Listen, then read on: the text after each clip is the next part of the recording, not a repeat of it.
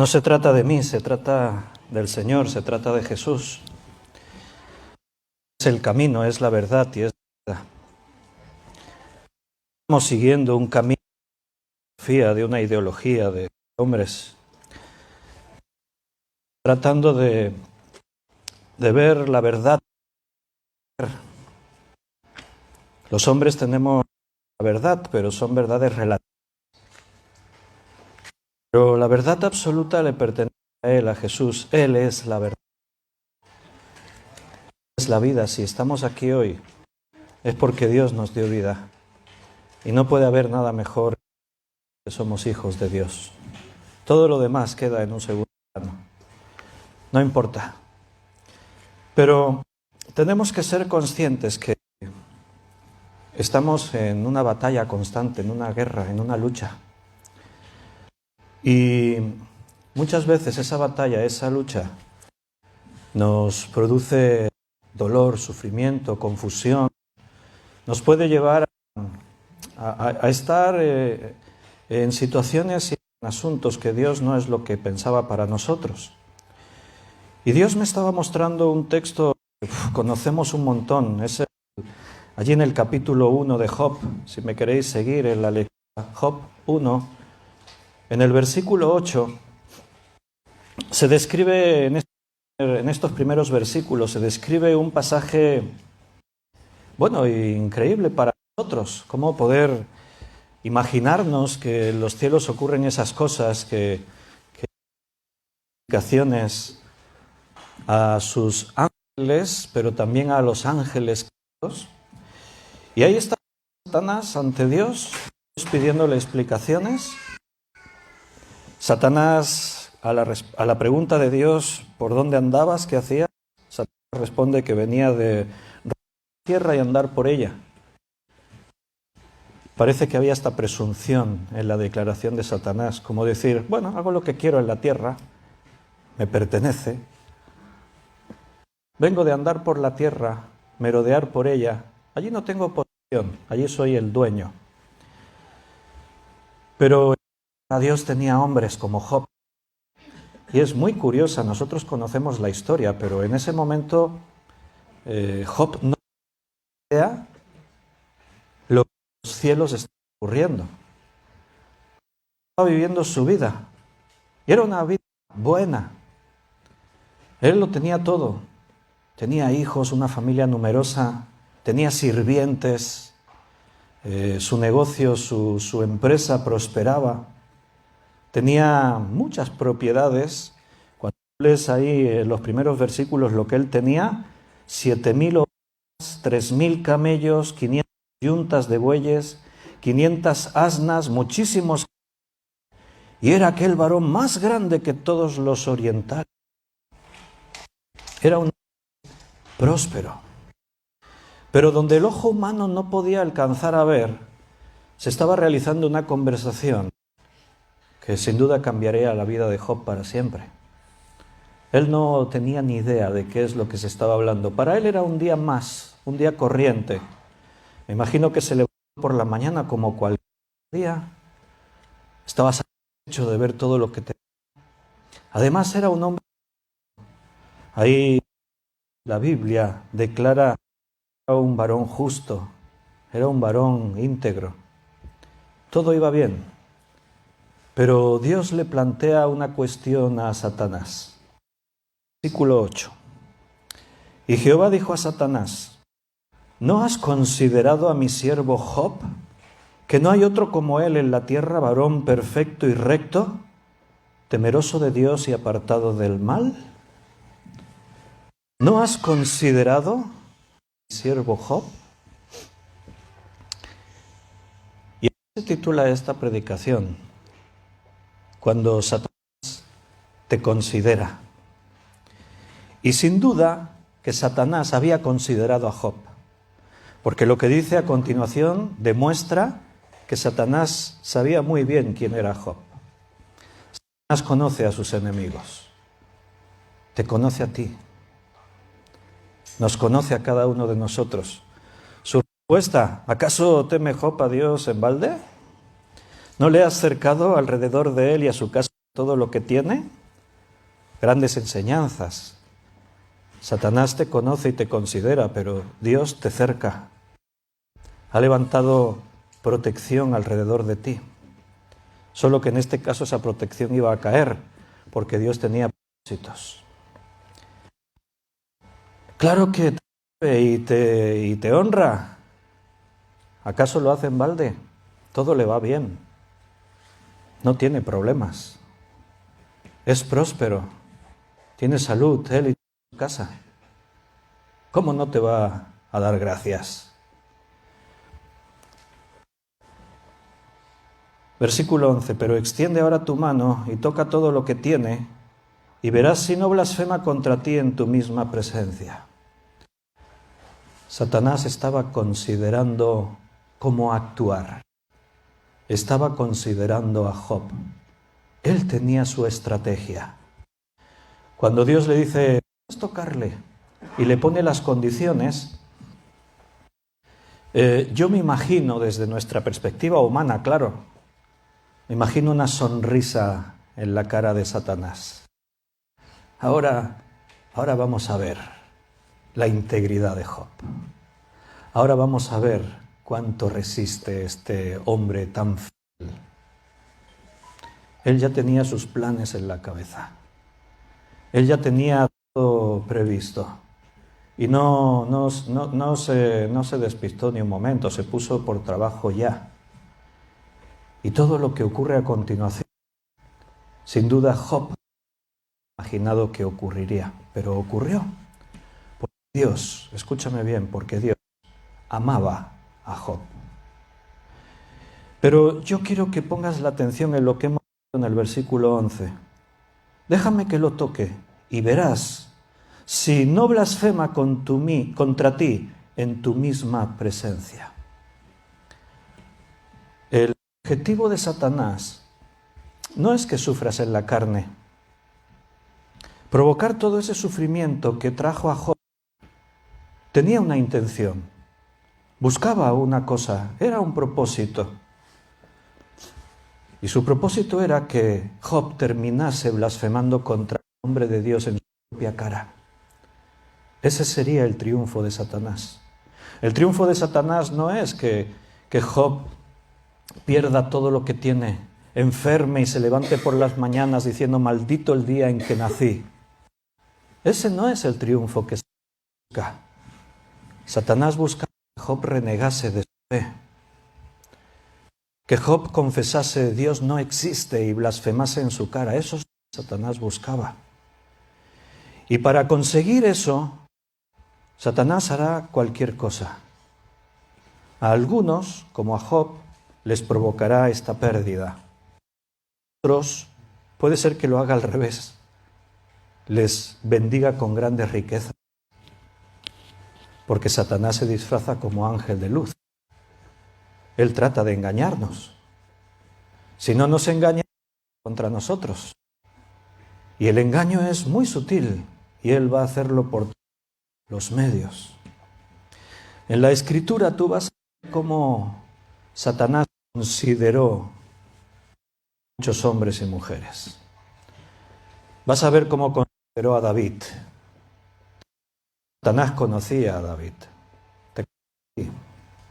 Satanás sabía de su integridad. Satanás sabía que David era un hombre de fe, pero destacando entre los otros. Porque entre todo el pueblo y la nación de Israel, ninguno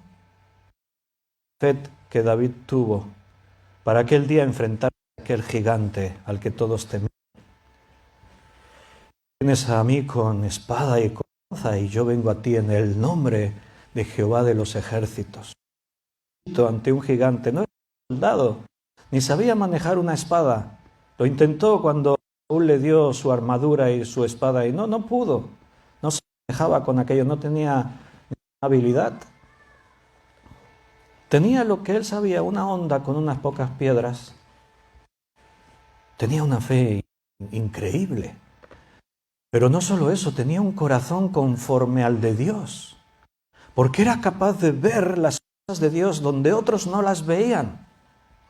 Tenía la capacidad de esa intimidad con Dios, ese conocimiento de la palabra que le hacía destacar por encima de todo. Por eso sus victorias venían y venían.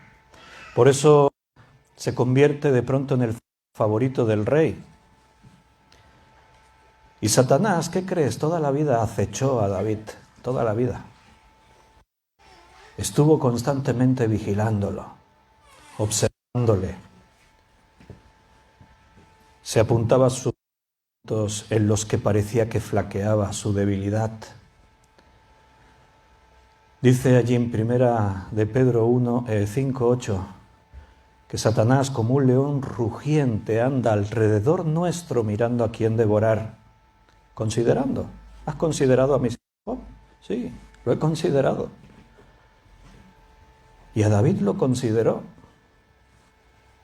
Y lo observaba y veía a ver dónde puede bajar la guardia. Y un día David bajó la guardia. Cuando los reyes estaban en la guerra, David estaba en su palacio. Se descuidó. ¿Qué pasó? No sé. ¿En qué pensaba? No lo sé. Pero David era un hombre como cualquier otro. Y se descuidó ante el león rugiente que le rodeaba. Bajó sus brazos. Y dice el texto que por la tarde se levantó de su lecho, salió a su terraza y vio a una mujer muy hermosa que se llamaba Betsabé bañándose desnuda. Y como era el rey, tenía el poder en sus manos, mandó preguntar por ella, le informaron, le dijeron quién era, pero a él no le importó. Él pensó, ¿y qué puede pasar? Soy el rey. Su marido Urías está en la guerra, ni se va a enterar. ¿Quién sabrá nada? Nadie. ¿Qué crees? Era Satanás quien le estaba murmurando en su oído esas palabras. Vas a encontrar diferentes lugares en la Biblia en el que Jesús u otros dijeron, ¿por qué dejaste que Satanás llenase tu corazón? Si le cedes a Satanás 1 milímetro, no tendrá compasión de ti. Te aplastará. ¿Por qué crees que el Señor en su palabra se pone tan pesado? ¿Me entiendes, verdad? ¿De pesado? Insistiéndote, permanece en mi palabra. Mi palabra permanezca en ti. Nunca se aparte de boca, ni de día ni de noche. Que sea la solución a todos tus problemas. Que la pongas por obra todos los días, en todos tus caminos. Porque como te descuides, Satanás entrará con todo y te aplastará sin piedad. Y David, creyendo que lo tenía todo controlado. Yo soy el rey. Yo soy el mimado de Dios. ¿Qué me puede ocurrir? Y ya sabes cómo siguió la historia. Tomó a Betsabé, se quedó embarazada, intentó ocultar su pecado, con hipocresía, con falsedad, con mentiras, y termina asesinando a un hombre justo y fiel con la espada de sus enemigos, de los enemigos de David. Veo a Satanás considerando a hombres como Pedro. Jesús dice, es necesario que yo vaya a Jerusalén y muera. Y me imagino a Pedro tratando de procesar lo que está escuchando. Pedro era un hombre bastante amable. Satanás se divertía con él, porque era de esos que a Satanás les gusta utilizar, el impulsivo, el que no es capaz de aguantarse ahí y pensarse las cosas 2 veces. Le pinchan un poco y salta como un resorte. Cualquier cosita hace que él sea el primero. Y eso puede ser bueno o malo. Las cosas a veces hay que pensarlas 2 veces antes de actuar. El caso es que ese día él está pensando, procesando, ¿cómo que es necesario que Jesús muera? ¿Cómo? Y Pedro le dice, Maestro, no dejes que esto te acontezca. No permitas que te... ¿Y qué le respondió Jesús? Apártate de mí, Satanás, porque me eres de... No quiero imaginarme la cara que se le quedó a Pedro. Me pongo en su piel, porque seguro que todos nos hemos puesto muchas veces en la piel de Pedro, y no sé, wow, se sintió ofendido, dolido, herido, no sé, pero no creo que sea muy agradable que alguien tan especial como era Jesús para él le diga, Satanás te está utilizando, apártate de mí, Pedro. Satanás, eran sus palabras, eran las palabras de Pedro. Y fíjate que sutilmente pueden venir las palabras de Satanás a nuestros oídos. Seguramente la gran mayoría de nosotros en el lugar de Pedro igual hubiésemos dicho igual. No permitas que eso te ocurra. Si alguien muy querido de vosotros os dice, si voy a tal sitio me van a matar, ¿qué le dices tú? No vayas. Pero si antes te dijo, es necesario que me maten, si te dice Dios, es necesario que eso ocurra, no te pongas a lo que Dios te ha dicho, es necesario. Porque entonces tendrás un problema.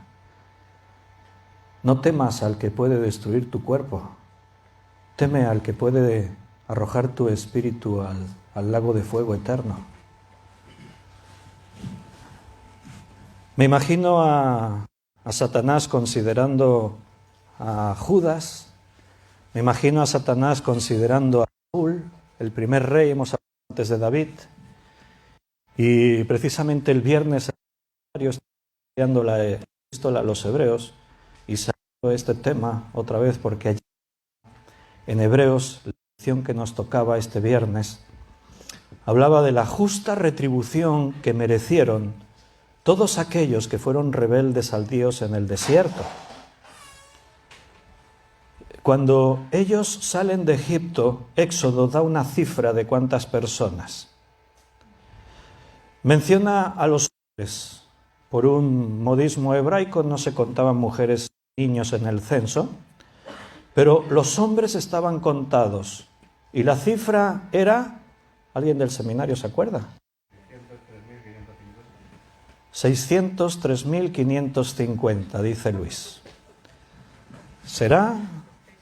¿Se habrá pasado? ¿Quedó corto? Correcto, 603.550. Y dice allí en Hebreos, mas estos quedaron postrados en el desierto, recibiendo su justa retribución, porque fueron rebeldes a la voz de Dios. ¿Sabes de 600.550 hombres que entraron para recibir la promesa? ¿Cuántos? Solamente 2. Yo cuando veo estas cifras en la Biblia, a mí se me eriza el de mi cuerpo porque pienso, wow. Y a veces igual vamos muy seguros por la vida. Aquí estoy yo, el sheriff. Apartaos.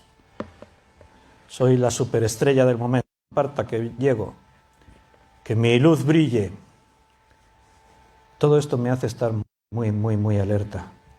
Y darme cuenta que no puedo depender de mí, de mis pensamientos, de mis deducciones.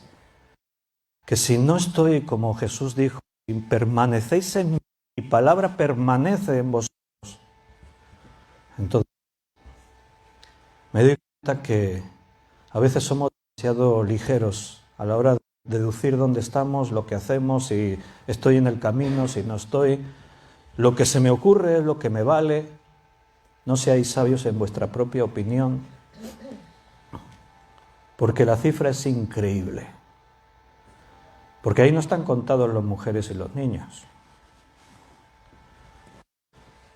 Los niños no cuentan porque fueron la nueva generación que Dios preparó, pero las mujeres se contaron.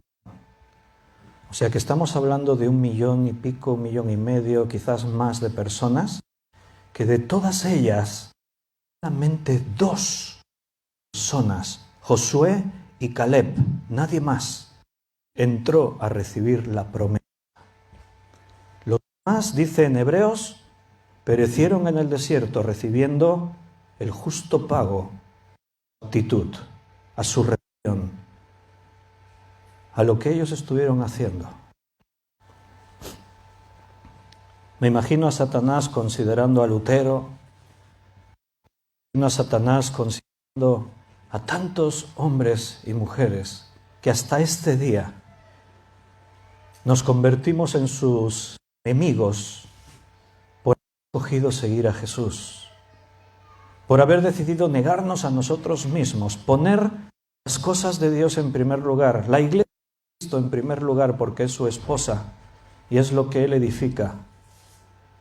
Así que espero que no te estés asustando de saber que estás en el punto de mira de un enemigo tan,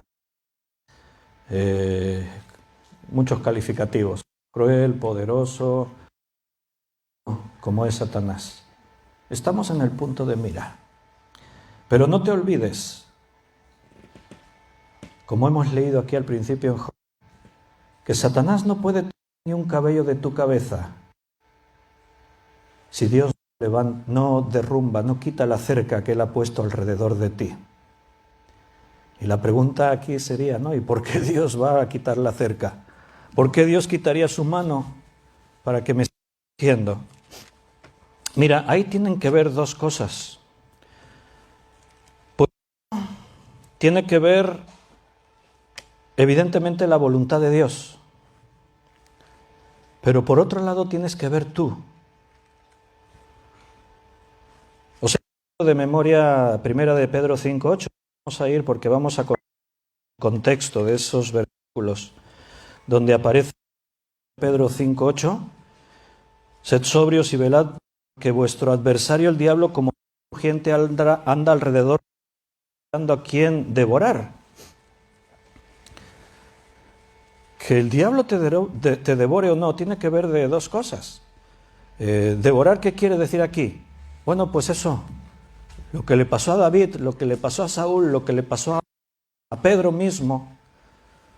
Antes os decía, me imagino a Satanás considerando a Pedro, ese hombre tan impulsivo, riéndose a carcajadas cuando Pedro confesó, aunque todos yo jamás te dejaré, si hace falta la muerte por ti. Y Satanás se reía de Pedro. Todos estos fueron devorados en un momento dado de sus vidas. Después hablamos porque la diferencia entre todos es que algunos de ellos fueron a reaccionar a tiempo y levantaron sus cabezas y pidieron a Dios misericordia y confesaron su pecado. Y Dios, que es fiel, los restauró. Pero tiene que ver la actitud que tú tienes, devorado o no. Porque si no sería este mandamiento. Porque si no diría los sed sobrios y velad. Si todo tiene que ver con que Dios levante su mano o no, pues yo estoy tranquilo, vivo como me dé la gana, hago lo que quiera y tomo las decisiones que me parezcan bien a mí. Y no que soy hijo de Dios, lo que me tenga que pasar, Dios lo decide. Dios decide en función, en relación a cuál es tu actitud. ¿Por qué Dios dejó que Satanás considerara a Job? No sabemos todos los detalles, porque es muy evidente. En aquella situación, la relación de Job con Dios era íntima y muy especial. Pero podemos deducir por varias cosas que aparecen en el libro que Job no era ese varón íntegro que a los ojos de todos parecía. Porque él va a hablar de los temores que él vivía en temores constantes, de confianza en Dios. Porque allí habla que seguramente que fue la clave de todo. A pesar de ser un varón recto, íntegro, una persona que no se le podía reprochar mucho, no conocía a Dios de la forma en la que debía conocerle, porque sus palabras demuestran lo que había.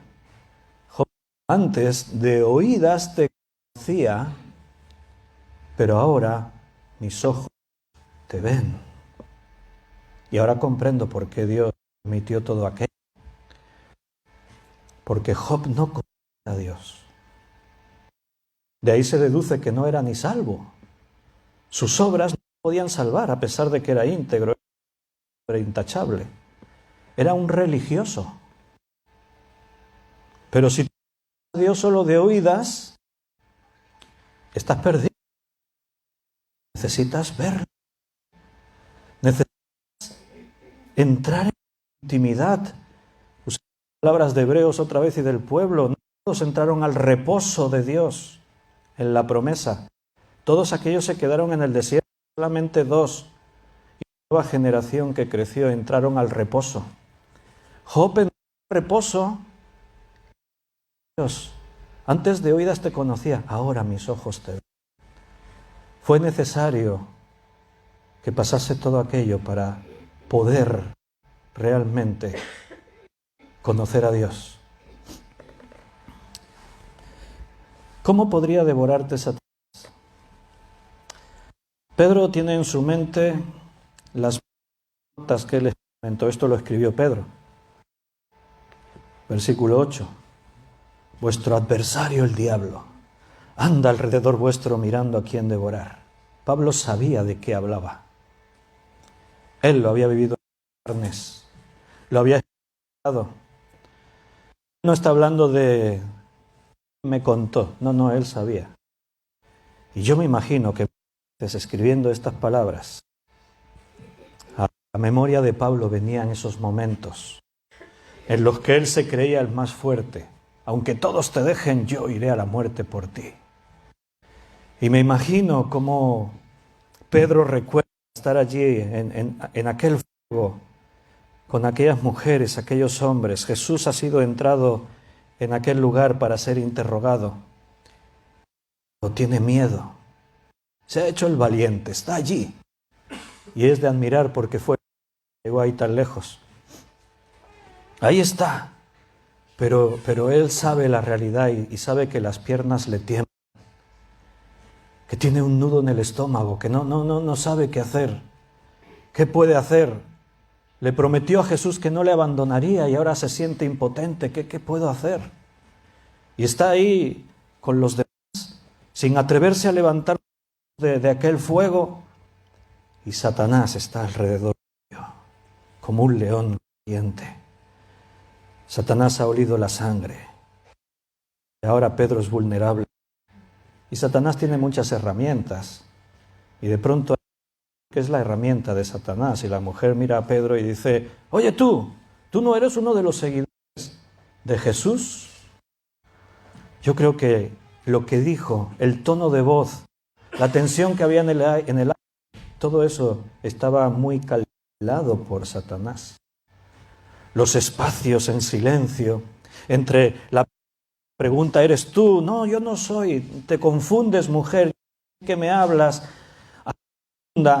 Sí, yo creo que tú, esos espacios, todo, ¿qué crees? ¿Que Satanás es un principiante? No. Tú y yo nacimos ayer. Satanás lleva mucho camino recorrido.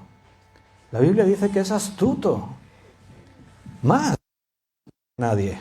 La astucia te llevará donde Él quiere, te enterarás. Y ahí estaba Pedro siendo atacado cruelmente y sin poder defenderse porque no sabía cómo.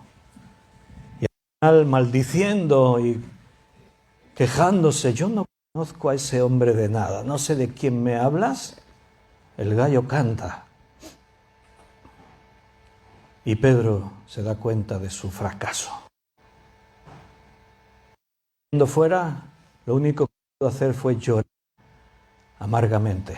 Estaba derrotado. Estaba destruido. Y sabes, en gran parte, no digo en analizar todo, hay muchísimos detalles, Analizar todo nos llevaría varias horas. Pero sabes, en gran parte estuvo el problema. Haber recibido la palabra de Dios y no haber permanecido en ella. Porque ¿qué fue que dijo Jesús? necesario que yo muera. ¿Verdad que dijo eso? ¿Pero dijo solo eso? También dijo, y el tercer día resucite de los muertos. La palabra está dada. El problema es que a veces escuchamos una parte de la palabra y otra parte no. Y cojo la parte que a mí me interesa y la que no la dejo por ahí. Y entonces Satanás te está considerando, te devora. Si la palabra de Dios no te llena, tienes un problema ante el enemigo. Por eso ahora Pedro advierte, sed sobrios. Tienes que ser dueño de tus emociones, de tus pensamientos, sereno, lo más sereno posible. Tienes que estar velando siempre. Basta, queréis, insisto, pero ya está dicho. ¿Cómo estoy sobrio? La palabra de Dios, la espada del Espíritu.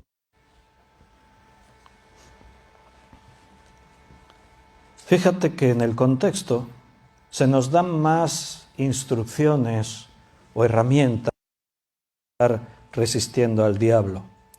Por ejemplo, en el versículo 5 y 6 se nos habla de la humildad. Igualmente, jóvenes, estad sujetos a los ancianos y todos sumisos unos a otros, revestidos de humildad, porque Dios resiste a los soberbios y da gracia a los humildes. Humillaos pues bajo la poderosa mano de Dios para que Él os exalte cuando fuere tiempo. Mira, yo soy el primero que a mí todo esto, a mi carne no le gusta oírlo. Someterse, estar humildes, humillarse, someterse a otros. A mi carne le duele. Porque nuestro instinto, en nuestra naturaleza, la soberbia es lo que reina.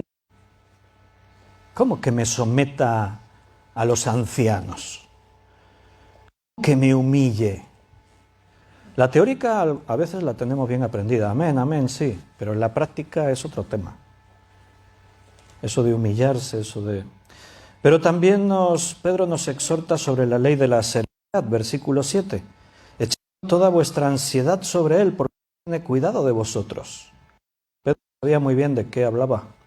Esa ansiedad que te desborda, que te lleva a pensar con claridad. Ese nudo en el estómago, esa inquietud, que tu cuerpo te duela.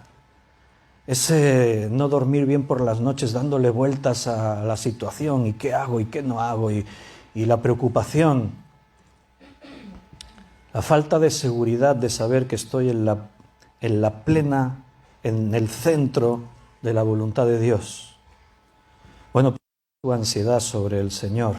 Él tiene cuidado de ti, pero tienes que echar tu ansiedad ante Él. Tienes que estar dispuesto a que Él tome control, a que Él te guíe, a que Él te hable. La ley del esfuerzo, versículo 8 que hemos leído. Sobrios y velad. Tienes que mantener alerta, firmes tus pies sobre Cristo, que es la roca, sobre su palabra. Tú tienes que hacer mucho, tienes que tener esa actitud de estar velando con tu lámpara encendida, poniendo las cosas de Dios en primer lugar, no las tuyas. Si cambias el orden, si pones cualquier cosa antes que las cosas de Dios, le estás dando oportunidad al diablo. La ley de la versículo 9, al cual resistid firmes en la fe, sabiendo que los mismos padecimientos se van cumpliendo en vuestros hermanos en todo el mundo. Resiste, no va a los brazos. A veces es más fácil dejarte llevar por la corriente. Nos encontramos cansados de luchar. Es que el mundo tiene fuerza. Es que pensamientos que se meten dentro y de pronto no soy dueño. Y estar siempre luchando desgasta. Es que realmente ocurre me deprime. Es mucho más fácil dejar tus manos y tus pies, no sigas luchando, deja que la corriente te lleve. Y disfruta, porque no es una corriente así todo muy tétrico, es una corriente muy agradable. La seducción de lo que el mundo te ofrece realmente satisface. Tu carne se va a sentir en la gloria, en ese momento que te dejas llevar.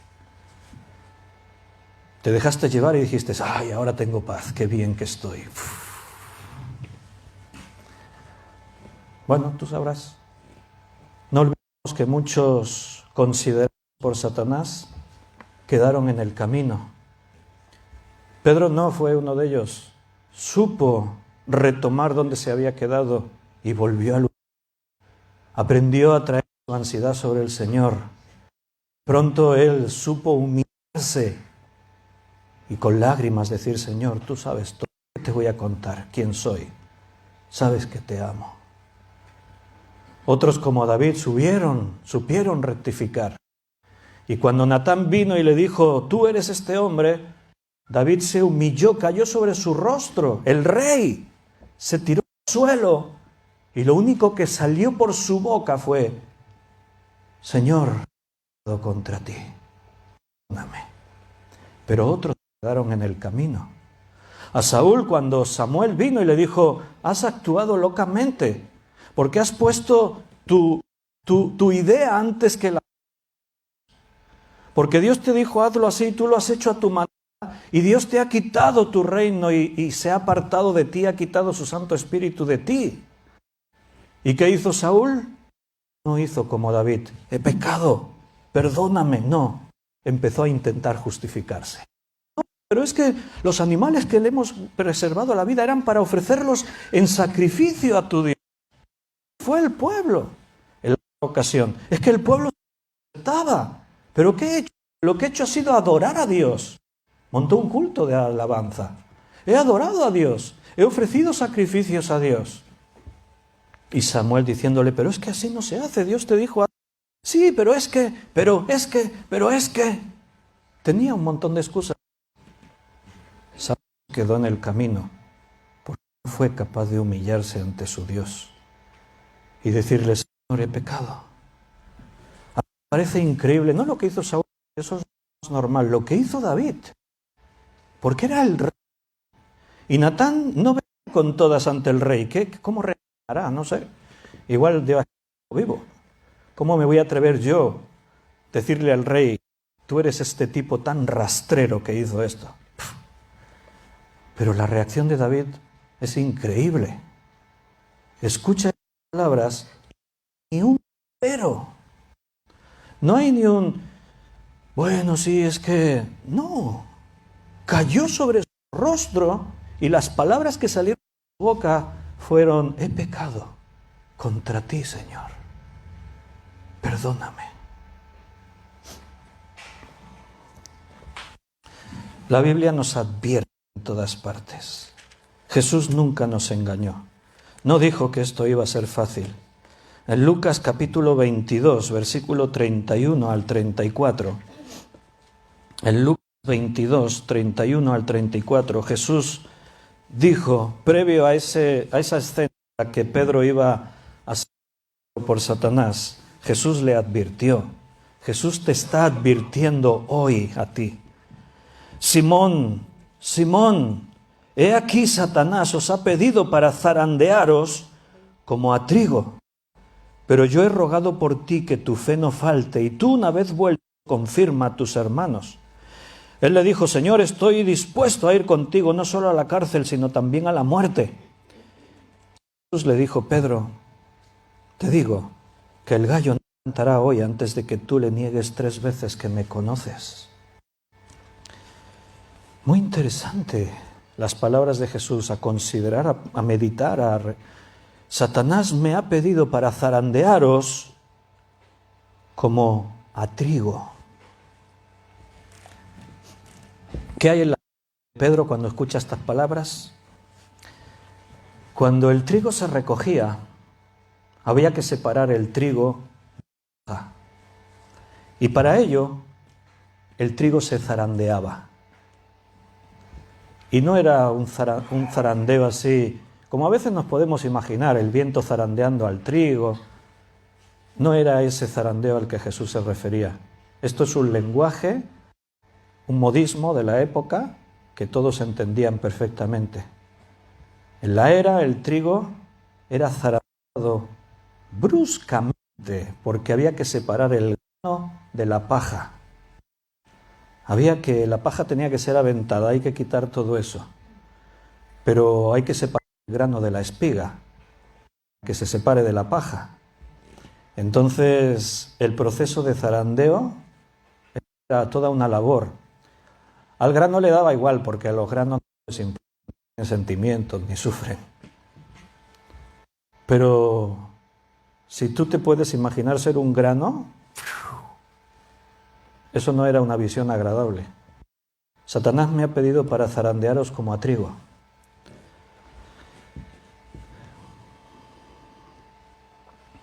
Me imagino a Pedro mirando a Jesús, pero él estaba tranquilo. Después de decirle eso a Jesús, él le dice, no, yo iré contigo a la cárcel o a la muerte, donde sea. Qué bien que Jesús ya sabía todo, por eso fortalece un poco su ánimo. Vas a negarme, te lo aseguro. Vas a caer, vas a ser devorado. Pero una vez confirmado, tendrás que volver a tus hermanos para ayudarles. Pedro no se quedó en el camino, como Judas, como Saúl, como tantos otros. Pedro reaccionó y pudo mirar y salir adelante. La Biblia está llena de advertencias. Toda la Escritura. Dios a su pueblo no cesó de mandarles profetas. Una y otra vez la palabra de Dios les llegaba con lágrimas. El domingo pasado estábamos considerando a Jeremías, el profeta llorón. No era fácil ser profeta. Hablar a un pueblo y no tener resultados. Terminó en la cárcel por decir lo que Dios quería que dijese. El propio rey de Israel lo metió a la cárcel. Y los dos anteriores no pudieron matarlo, si no lo habían matado, porque Dios le guardó.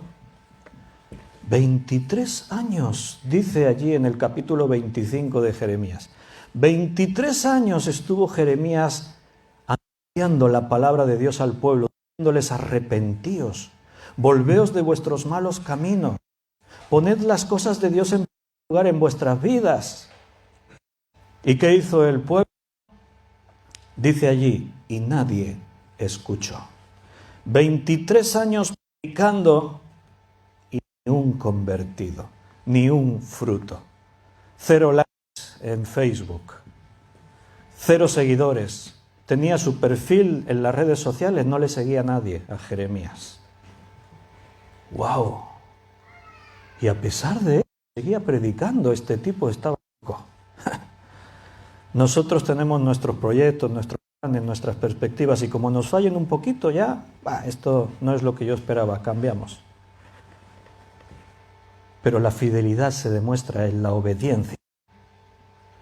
Y cuando Dios te dijo, toma este camino, es angosto, es estrecho, no va a ser agradable, los frutos no van a ser los que tú te esperas, siempre vas a estar en el peligro constante de ser devorado, pero es el único camino que hay, no hay otro.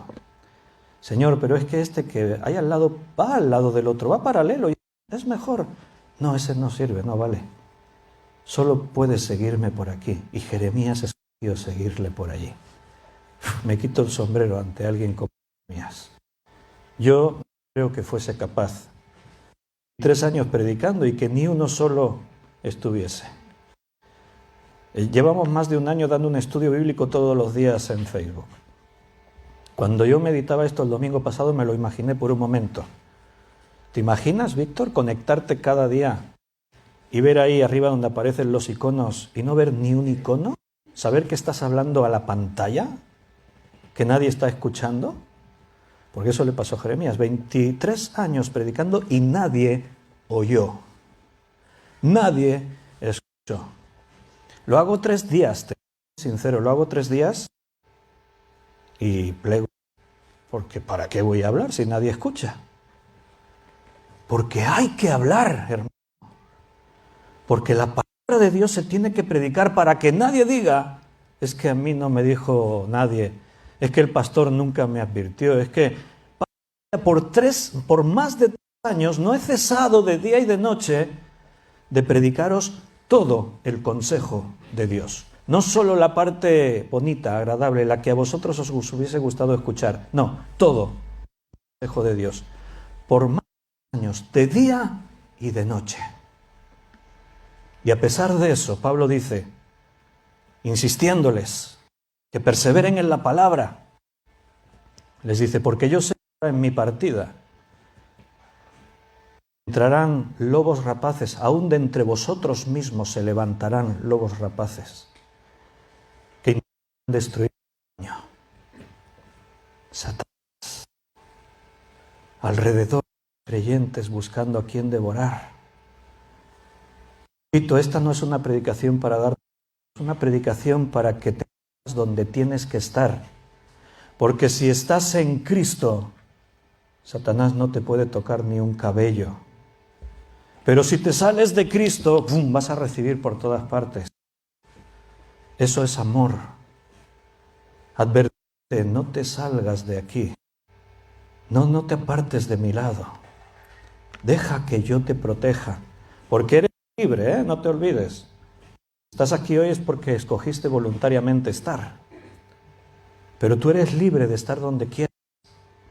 Tú eres libre de salirte del redil. Tú eres libre de tomar tu camino. Tú eres libre de decirle a Dios, Señor, hasta aquí, o en esta condición, yo soy libre de mostrar una hipocresía y venir aquí a decir lo bonito que es todo esto, y el resto de la semana, mañana lunes, ir como América, actuar con trampas en mi trabajo, comportarme así o de la otra forma. Soy libre, Dios me ha hecho libre.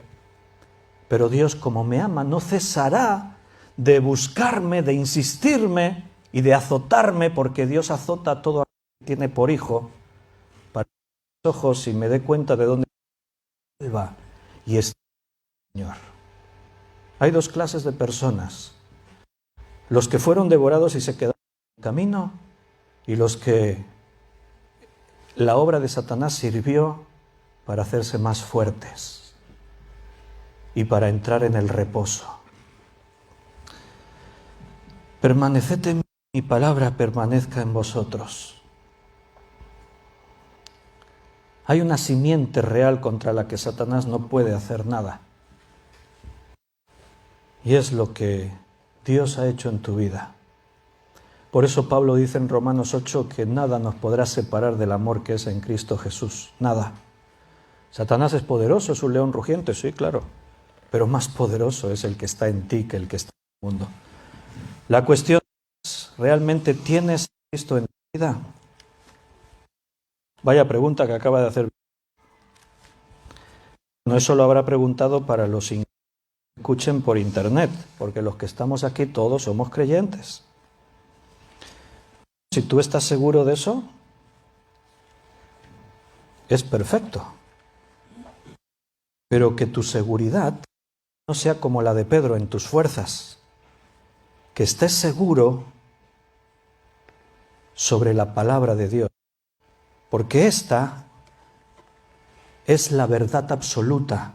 Tu verdad es tuya, es relativa. La verdad de este no es la misma que la de aquel. Cada uno tiene su propia verdad. ¿Y cómo sé yo? Yo sé porque mi verdad está fundamentada sobre esto. El otro día lo volvíamos a recordar, la iglesia de Nicea, de Apocalipsis. Recuerda que se habla de una iglesia, pero es una iglesia tibia. Y la tibieza es abominación a los ojos de Dios. Te vomitaré de boca por cuanto eres tibio. Es decir, la tibieza no es un nivel es una clase de personas. Está hablando de personas, está hablando de una iglesia, del carácter de una iglesia, no de un nivel espiritual, no te confundas. Ojalá fueses caliente, ojalá fueses incrédulo, andases en tus pecados, en tu vida, porque un día quizás escuches el Evangelio y estés preparado para arrepentirte y creer. Ojalá fueses caliente, ¿por qué? Porque entonces ya eres hijo, eres salvo. Pero eres tibio. ¿Y cuál es el tibio? El tibio es el religioso. El que se cree que es salvo, el que se cree, el que cree que lo tiene todo hecho. Ojalá fueses frío o caliente, pero por cuanto eres tibio y no frío ni caliente, te vomitaré de mi boca, porque dices, yo soy rico y me he enriquecido y de ninguna cosa tengo necesidad. La Odisea convencida que no necesita cambiar en nada. Se miran y ven la más grande excelencia que se puede tener en la vida cristiana. ¿Qué puedo añadir a esto? Nada. Soy rico, lo tengo todo. Pero ¿cuál es la perspectiva de Jesús? Ellos dicen, soy rico, me he enriquecido, no tengo necesidad de nada. Y no sabes, ese es el problema, y no sabes, viven engañados. No sabes que tú eres desventurado, miserable, pobre, ciego y no tienes nada. ¿Sabes por qué no tienes nada? Porque a pesar de decir somos iglesia, a pesar de presumir de lo que tienen, a pesar de que ellos estén convencidos de que necesitan más, resulta que no tienen a Cristo. He aquí yo estoy a la puerta y llamo. Si alguno oye mi voz y abre la puerta, entraré a él, cenaré con él y él conmigo. Una iglesia ejemplar, una iglesia que tiene todo, una iglesia que es rica, que tiene toda la gloria del mundo, lo tiene todo y resulta que no tiene a Cristo. Pues entonces no tienes nada. El problema es que ellos no lo saben. Esa es la tibieza. Que estés engañado contigo mismo. Que tus oraciones sean contigo mismo como deseo. Jesús esté orando consigo mismo. La Odisea predica, ora y hace buenas obras. Pero el problema es que están siendo devorados y no se han enterado. Vaya, eso sí que me hace encender todas las alarmas. Me hace poner mi atención al 100%, no al 500%. Considerarme no delante del espejo que me veo y pienso, bueno, hay otros más feos que yo, ¿qué vamos a hacer? No, es mirarme ante la palabra de Dios. Este es el espejo en el que me tengo que mirar y ver dónde estoy. Y ver cuáles son mis pensamientos. Y ver por qué camino. La palabra de Dios, no hay otra cosa. Todo lo demás. Ya llegaremos en Efesios, en el estudio que hacemos, al capítulo 6, a la armadura de Dios. Pero allí salta esa espada del Espíritu, con la que podrás combatir al león rugiente. ¿Te acuerdas cuando Jesús también fue considerado por Satanás?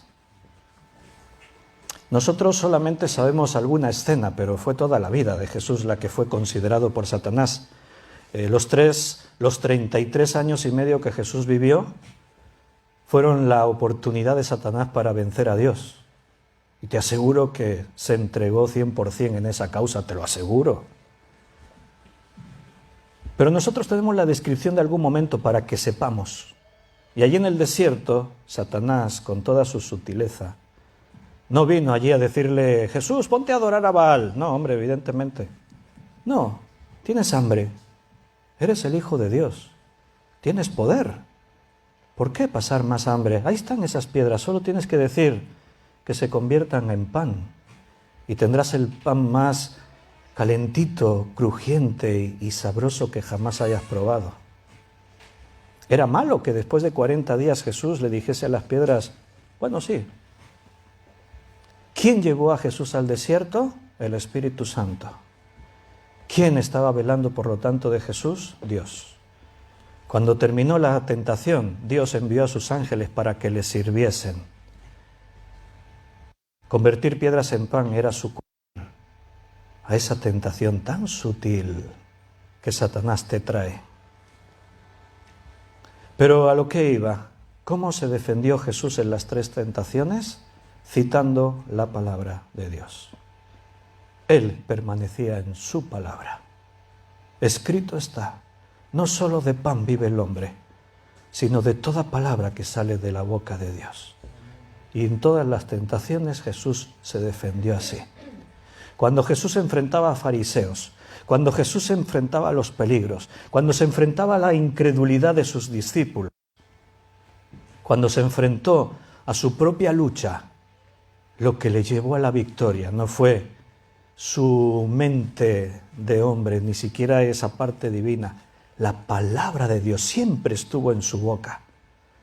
Siempre decía, escrito está, como dijo Moisés, como dijo de mí allí en los Salmos David, como dice aquí, como dice allá. ¡Wow! Eso me impresiona. Dios citando su palabra escrita cuando él podía haber tenido todos los argumentos. Si Dios hizo eso, si Jesús hizo eso, tengo que hacerlo, sin duda. Queridos, vamos a dejarlo aquí, esta predicación. Dios nos ha dicho muchas cosas. Estamos agradecidos a Dios porque hasta aquí hemos llegado. Si has llegado hasta aquí, seguro que no fue fácil. No ha sido fácil para ninguno. Las batallas contra el enemigo despiadado y cruel, contra el león, contra los lobos, no han sido fáciles. Pero si llegaste hasta aquí, no te vuelvas atrás. Si llegaste hasta aquí, continúa. Olvida lo que queda atrás y extiéndete a lo que está delante, al supremo llamamiento en Cristo Jesús.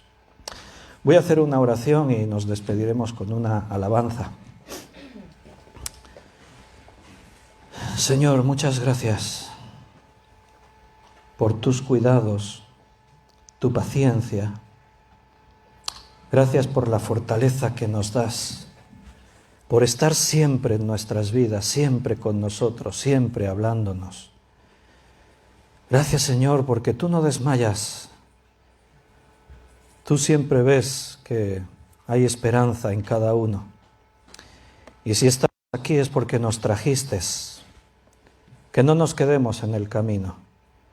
Que seamos capaces de alzar nuestros ojos, ponerlos en Jesús, para que Él sea nuestra fortaleza. Ahora parece que vienen tiempos de más bonanza. Se ha levantado el estado de alarma. Anoche la gente salió a las calles, a las plazas, a hacer fiestas, botellones, a celebrar. No nos podemos relajar. A veces vienen esos momentos de falsa victoria, pero el COVID-19 sigue. No está vencido del todo. Las expectativas son buenas, pero no sabemos lo que pasará mañana. Seguro que seremos golpeados, y no por esto, por otras. Pero Señor, ahí estamos, delante de ti, en tu presencia. Hasta aquí nos has traído. Gracias. Y miramos hacia adelante, y lo único que nos interesa saber es que tú estés con nosotros, que tú vayas con nosotros. No nos importa lo que venga, lo que vendrá enfermedad y pérdidas y crisis. Pero si tú estás con nosotros, no nos importa todo lo demás. La victoria es nuestra. El diablo huye de nosotros cuando le resistimos en tu fuerza, en tu poder, en tu palabra. Por eso, Padre, ahí estamos, tus hijos, en tus manos, buscándote un día más, humillándonos ante ti, pidiendo que nos perdones y que nos ayudes a ser realmente los hijos que tú quieres que seamos. Llévanos donde quieras. No tenemos temor, porque estamos seguros en Cristo. Ayúdanos a no descuidarnos en nada, porque sabemos que los descuidos se pagan caros. Por eso te ruego, Señor, que pongas en cada uno de mis hermanos esa hambre por tu palabra, visión espiritual que fundamentada en la Escritura que viene de parte tuya. Que tú pongas, Señor, en cada corazón y cada mente de los que están escuchando la convicción y la fortaleza solo tu palabra puede darnos, y la victoria que viene de ti. Gracias, Señor, una bendición especial sobre todos, sobre cada uno. Guía nuestros pasos, llévanos en tus manos donde tú quieras. Te pedimos todo y te alabamos y te adoramos en el nombre de nuestro Señor Jesucristo. Amén.